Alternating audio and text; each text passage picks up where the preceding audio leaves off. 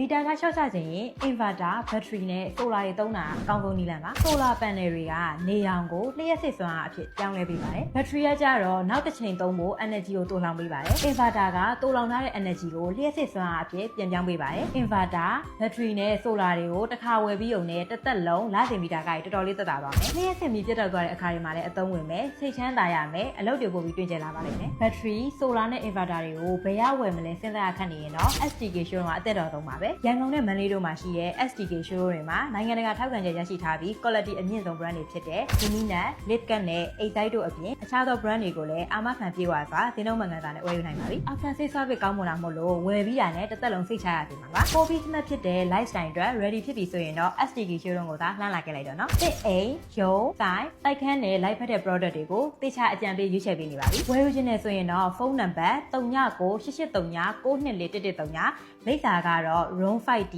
ရတနာ Riverview Condo 67C Block အောင်နမရိပ်သာလန်ဒဂုံစိတ်ကမ်းမြို့နယ်ရန်ကုန်မြို့ဖုန်းနံပါတ်ကတော့399883921114လိပ်စာကတော့လမ်းနံပါတ်16 82A 86လမ်းကြားမန္တလေးမြို့နယ်မှာလာရောက်ဆောင်ရွက်ပေးနိုင်ပါတယ်ရှင်